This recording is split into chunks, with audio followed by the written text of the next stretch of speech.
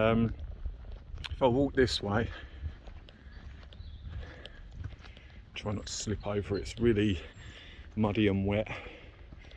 You can see there's the powder magazines in the background. I'll switch to a close mode in a minute, but otherwise everything looks a bit too up close otherwise.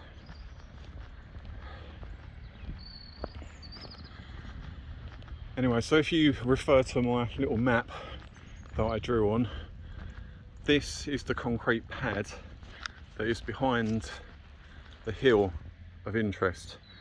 So if we look at this, you've got 1 pad, 2 pad,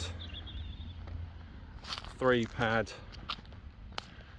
4 pad and 5 pad along here, and then in front of it either a curb or a wall or something, but it has got holes in it which I'm guessing would have been for some kind of fence originally. So you've got one, let's see if I won't be able to get all of them because it's so overgrown, but more or less in the middle of each pad at the front you've got 1 hole, and then in the middle of this one another hole, and then in the middle of this one another hole, and sure enough this one should, yeah, this one's got one there too, and that's that. I don't know about the back, but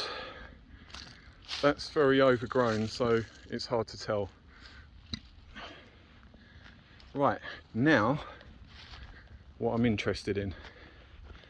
Right, see, so we've got 1 pad here which leads up to the back of the hill, and you've got another pad just to the right hand side in the corner here, and that's this one here. So if I pan round and I look up, that's the hill with the concrete surround around it, and it's supported at each corner with a concrete plinth or wall section. God, what a mess. Yeah, this is one of the corner bits that stick out.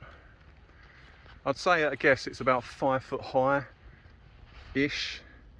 It slopes down at the corners to about 2.5 foot high, about here, if you guys can see that on camera. Then a couple of metres in you've got a brick wall that sticks out, and that's approximately 5 foot tall.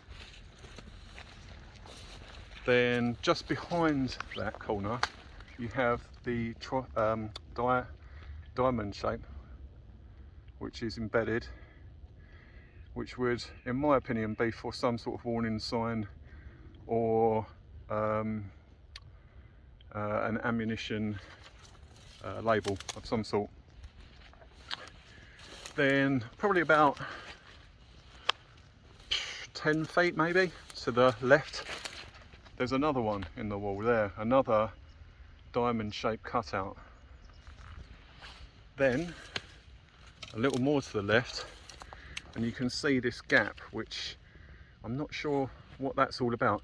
It does appear that it's subsided. I mean, if you look here where the diamond is and then come across, this is the corner which has dropped, and as you come up onto that grassy lip there, that's where the concrete originally met, which then means this hole that's evident underneath on the side that's dropped, oh, don't want to fall down, I'll try and get closer, I really don't want to get stung or done by the brambles.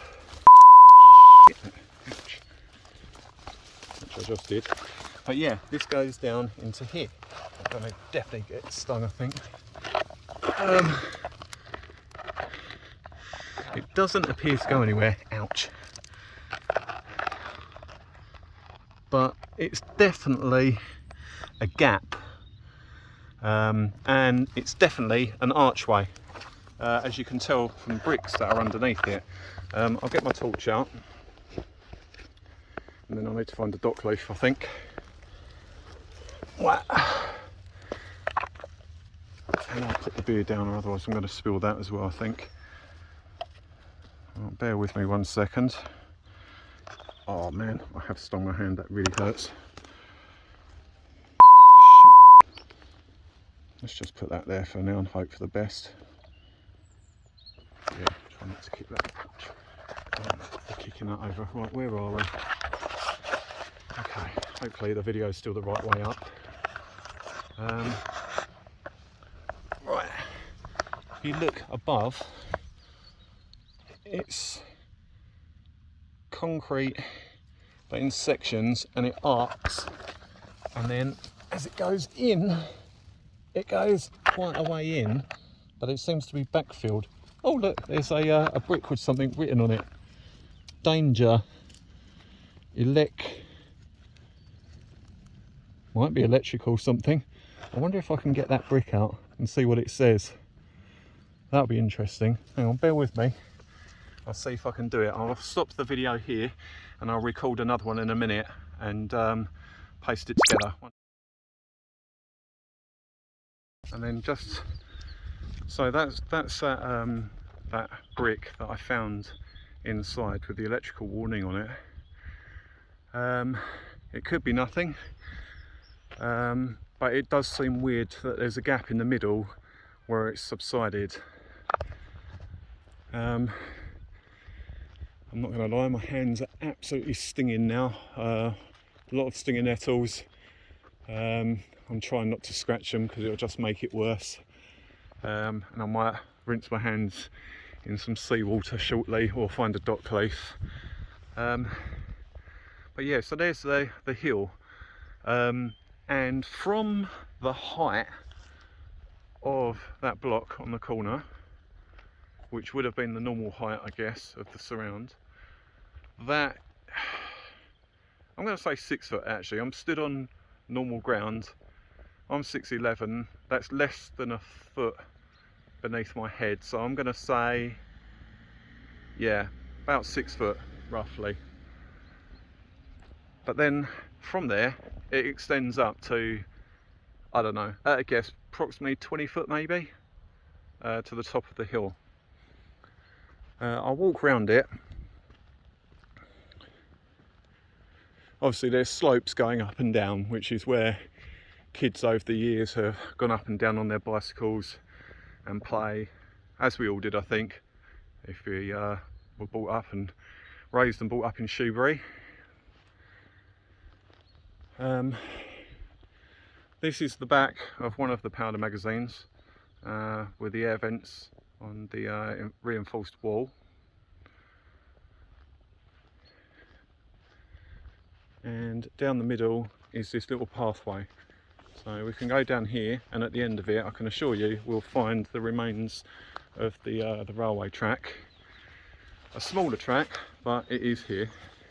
Yep, it's still here. There we go. And there is the remains of the track.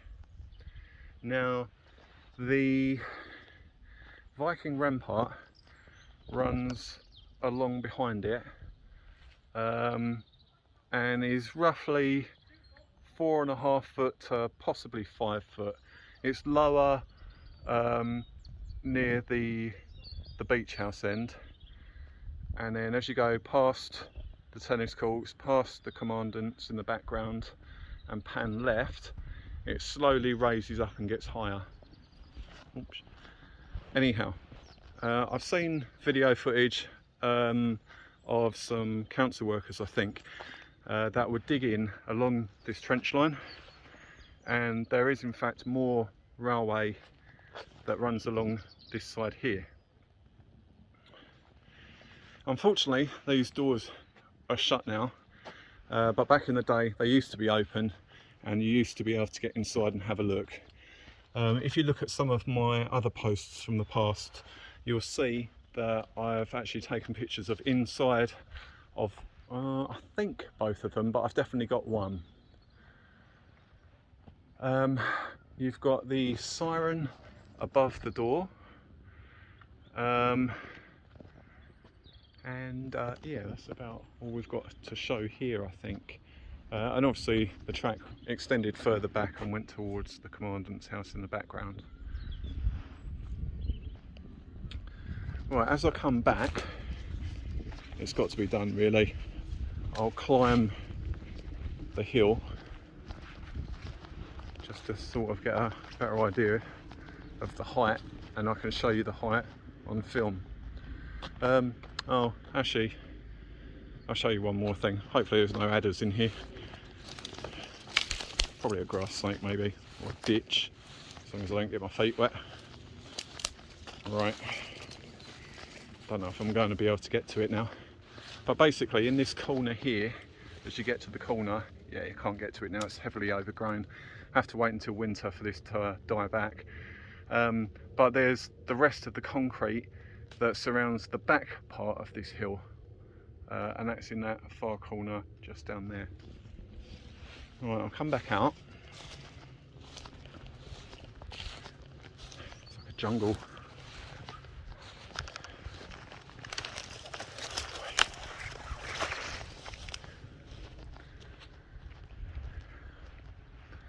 Okay, and here is the bit where the kids go up and down, so wish me luck. I'm going to go up here, even though my knees are sore. I want to get up here and I want to show you guys. So this is up top, and as we get up the top you can now see the roof of the nearest powder magazine, which is in better condition than the one that's further in front overlooking the Thames. It only goes along a short way and then more slopes appear down. So you could say it's kind of almost like a pyramid, kind of like a grassy overgrown pyramid that runs behind the powder magazines. And then as you look down, you can see that corner there, hang on. You can see the corner post that I showed you. That's sticking out just there. And then as I pan round, those are those concrete pads. 1, 2, 3, 4, 5 pads with those bolt holes running along the curb or the front. Then a kind of pathway with another pad there and another pad there. So there's a few ideas bouncing around as what this could be. It could be like a revetment or a blast wall of sorts to help protect the powder magazines behind, which are here. It could have been some sort of shelter, which may have had a way in from underneath through that gap that I showed you, which also had that brick that I found in it with the electrical warning, which I don't know the age of. Maybe some of you guys could maybe help me out with that and tell me whether that's old or new. I really couldn't tell you, to be honest. Be very careful here because it's getting slippery. I don't have very grippy shoes on. Right, I'll cut them down, it's safe. Right, so yeah, so I'll walk back round again.